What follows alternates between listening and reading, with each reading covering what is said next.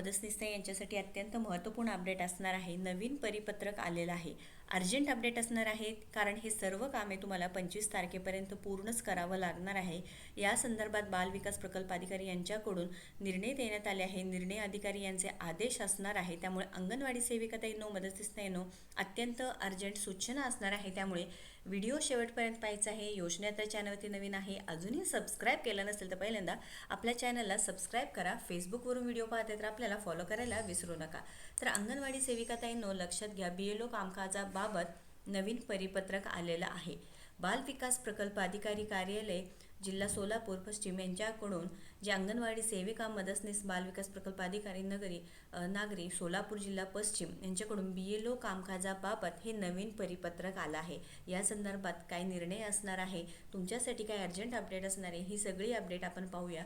आणि ते अंगणवाडी सेविकाताईंनो सांगण्यात आलेले की संबंधित निवडणूक निर्णय अधिकारी यांचे आदेश असणार आहे। ज्या अंगणवाडी सेविका किंवा मदतनीस यांना BLO कामकाज करण्याबाबत आदेश प्राप्त झाले आहेत, त्या सर्व अंगणवाडी सेविका, मदतनीस यांनी 21/4/2026 ते 25/4/2026 या कालावधीत BLOचे कामकाज, अंगणवाडीच्या कामकाजाची पर्यायी व्यवस्था करून BLOचे कामकाज करावे। तर लक्षात घ्या अंगणवाडी सेविकाताईंनो, हे नवीन आदेश असणार आहे। ज्या अंगणवाडी सेविका किंवा मदतनीसताई यांच्यासाठी हे आदेश देण्यात आलेले आहे, त्यांना हे सर्व कामे करावं लागणार आहे 21 ते 25 या कालावधीत। आणि हे कामकाज करताना पर्यायी व्यवस्था करून हे पूर्णपणे BLOचं काम करावं लागणार आहे।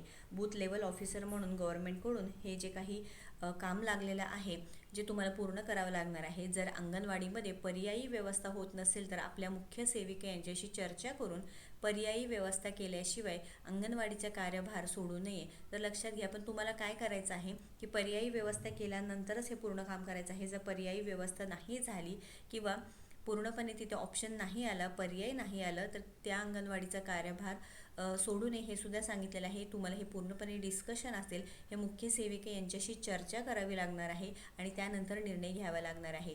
कोणत्याही परिस्थितीत बघा, तुम्हाला 25 म्हणजे आता 2च दिवस राहिलेले आहेत। आज 23 तारीख आहे, 23, 24, 25 पर्यंत BLOचे 100% कामकाज पूर्ण करण्याचा प्रयत्न करून लेखी अहवाल या कार्यालयात सादर करण्यात यावं सुद्धा सांगितलेलं आहे।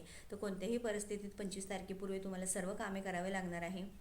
आता बूथ लेवल ऑफिसरचे जे कामं असणार आहे की वोटर लिस्ट अपडेट करणे, घरी जाऊन सर्वे करणे असू द्या, किंवा जे वोटर स्लिप्स आहेत ते तुम्हाला वाटायला लागणार आहे, किंवा वोटर रजिस्ट्रेशन आहे, म्हणजे जे मतदान रिलेटेड सर्व काम आहे ते तुम्हाला करावं लागणार आहे। आणि हे 100% कामकाज पूर्ण करण्याचा प्रयत्न, लेखी अहवालसुद्धा तुम्हाला जे कार्यालय असणार आहे तिथं सादर करावं लागणार आहे। आता अंगणवाडी सेविकाताई प्रत्येक घरोघरी जाऊन हे सर्वे करतच आहे। तुम्हाला सुद्धा हे काम देण्यात आलं असेल तर नक्कीच कमेंट करून सांगायचं आहे।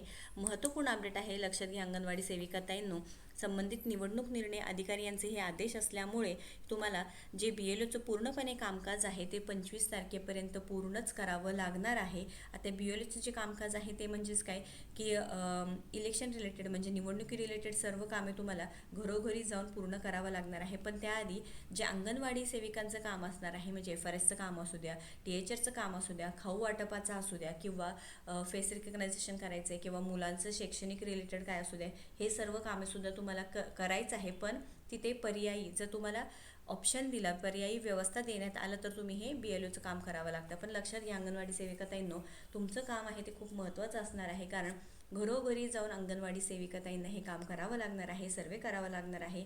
जरी पर्यायी म्हणजे पर्यायी व्यवस्था नाही झाली तरी अंगणवाडी सेविकाताई हे ओव्हरटाईमसुद्धा करत आहेत। म्हणजे अंगणवाडीचं काम झाल्यानंतर हे BLOचं काम म्हणजे निवडणूक निर्णय अधिकारी यांचे आदेशसुद्धा पाळताना दिसून येत आहे। ग्रामीण भागात प्रत्येक घरोघरी जाऊन अंगणवाडी सेविकाताई हे काम करत आहे, हे दिसून येत आहे। प्रॅक्टिकली आम्ही पाहिलेलं आहे, त्याच्यामुळे नक्कीच अंगणवाडी सेविकाताईंचं खूप मोठं काम आहे। नक्कीच सरकारला विनंती आहे की इथे जे कामकाज देण्यात आलेले आहेत त्याचा विचार करत अंगणवाडी सेविकांचं जे प्रोत्साहन भत्ता असू द्या किंवा वेतन असू दे, त्याच्यामध्ये नक्कीच वाढसुद्धा करण्यात यावी, जेणेकरून अंगणवाडी सेविकाताईंना सुद्धा इथे मदत होणार आहे। कारण अंगणवाडीचं काम झाल्यानंतर BLOचं काम असू दे किंवा ते कामकाज करताना पर्यायी व्यवस्था नाही झालं तर अंगणवाडी सेविकाताईंना दोन्ही कामंसुद्धा हँडल करावं लागतात। तुम्हाला काय वाटतं नक्कीच कमेंट करून सांगा।